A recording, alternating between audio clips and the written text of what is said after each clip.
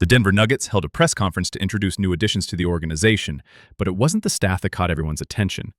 During the event, the team owner made a surprising comment that raised eyebrows across the league.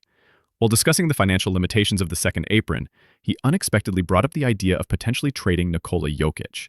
We're 2 years into the new collective bargaining agreement. You've existed in this kind of environment. I'm curious how your thoughts on the aprons have evolved over the last couple of years, and if the second apron is kind of serving as a hard cap. An ownership perspective around the second apron, there was a lot of conversations last summer about KCP and us re-signing him and around the second apron.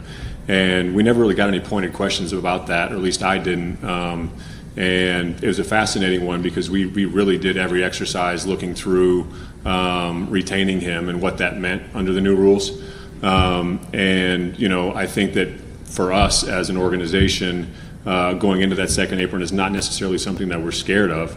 I think that there are rules around it that we needed to be very careful of with our injury history. The wrong person gets injured, and very quickly you're into a scenario where that I never want to have to contemplate, and that's trade number 15.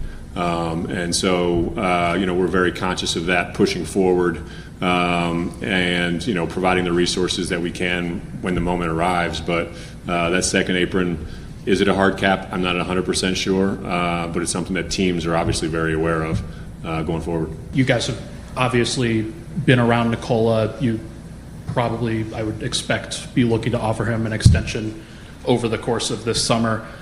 Do you expect to be offering that, and do you expect him to accept it? We're definitely going to offer it. I'm not sure if he's going to accept it or not, because we're also going to explain every financial parameter around him signing now versus signing later.